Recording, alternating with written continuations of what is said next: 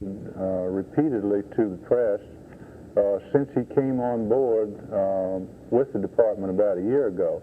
Now, prior to that time, he and I were good friends. We worked closely together. I used him as a program consultant at Bryce and Searcy hospitals, mostly at Searcy.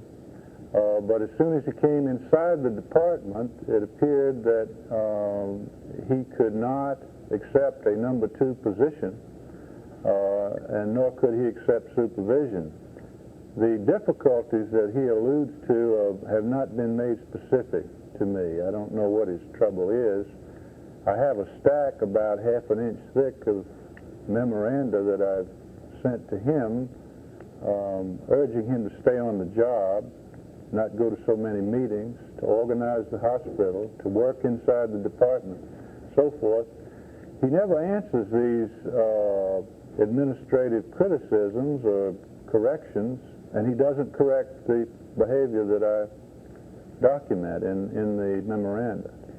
Have you ever asked for Dr. Folsom's resignation? I have not, but as a matter of fact, he just beat me to the punch. I was considering it.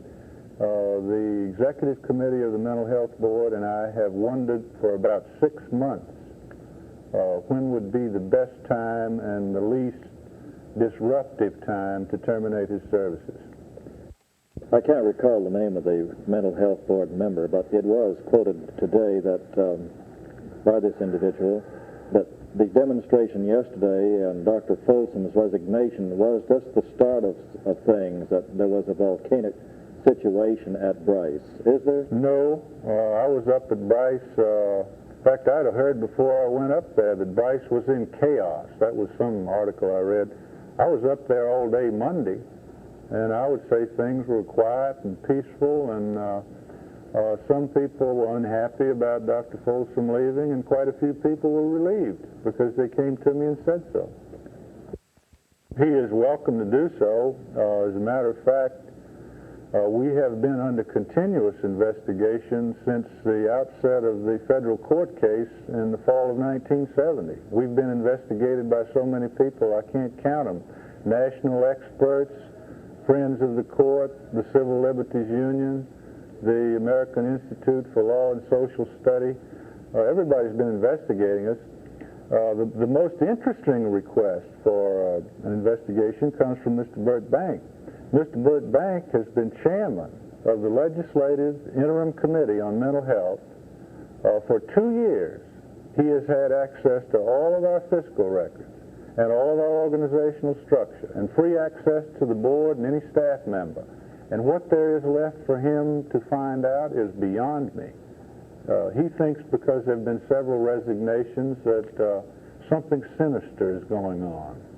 Well, Mr. Adderholt, our Chief Fiscal Officer, has an opportunity to be the Chief Fiscal Officer in the state and serve the whole state rather than one department. Well, I could hardly blame him for accepting that opportunity.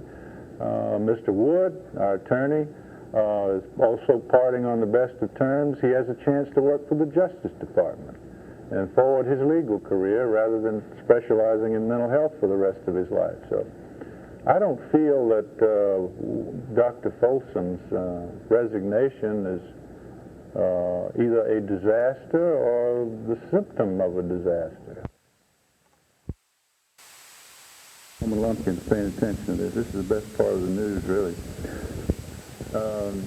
Liberal sprinkling of attorney generals and assistant attorney generals, and for those of you who are lawyers, it was primarily a lawyers' meeting. A budgetary crisis in the summer of 1970. We had a decline in revenue from BPS that we would make joint announcements as each contract would sign. But we have in process between $140 and $150 million worth of contracts, of which the state matching share would be 25%. They include, for Bryce, Searcy, and Partlow, they include diagnostic and evaluation services, pre-release services, which means almost anything you do for a patient or a resident in order to get him out of the institution, and transitional services such as foster homes, group homes, supervised apartments, in unsupervised apartments and so forth for people who are coming out of the institutions. In mental retardation alone, there's a total of about $70 million worth of contracts in process, about $9 million worth of contracts for drug programs. Where this leaves us is that for the first time we can go to the administration and to the legislature and say two things. One, the burden of this court order will not be as great as first appeared. Two, we've done our share. We've gone out and corralled all this federal money. Now all the state has to do is find the matching money.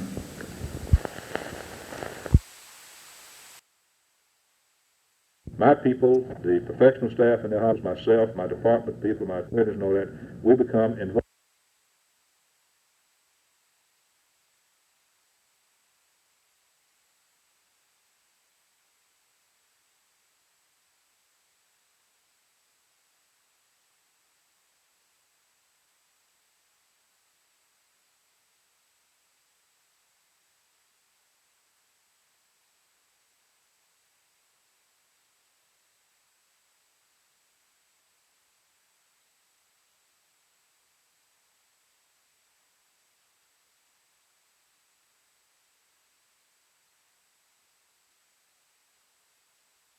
As a practical matter, in this process, we're in the process now of our professional staff. The court has appointed some ad litems. The Human Rights Committee has designated certain members of their organization to sit in attendance on this, and we are now in the process of presenting to the persons involuntarily committed and now by court decree illegally committed, the option of changing from involuntary to voluntary. This is taking place now after these procedures have been set in motion. That being accomplished, then the judges of probate will know those on which recommitment hearings will be needed. And we will then work very closely with the judges of probate in setting up the situs for the hearings and then the procedures for the hearing. I think the situs is yet in doubt. Some of the judges of probate expressed some concern as to whether they can hold too much court down in Tuscaloosa County or North Mobile County. The court order would seem to indicate that they can. I'm not able to lay my fingers on any state statutes. Best we could. But the court did not see fit to strike me, and after the decision came down, I could understand why. Because I say we came up with a two-pronged attack on the matter of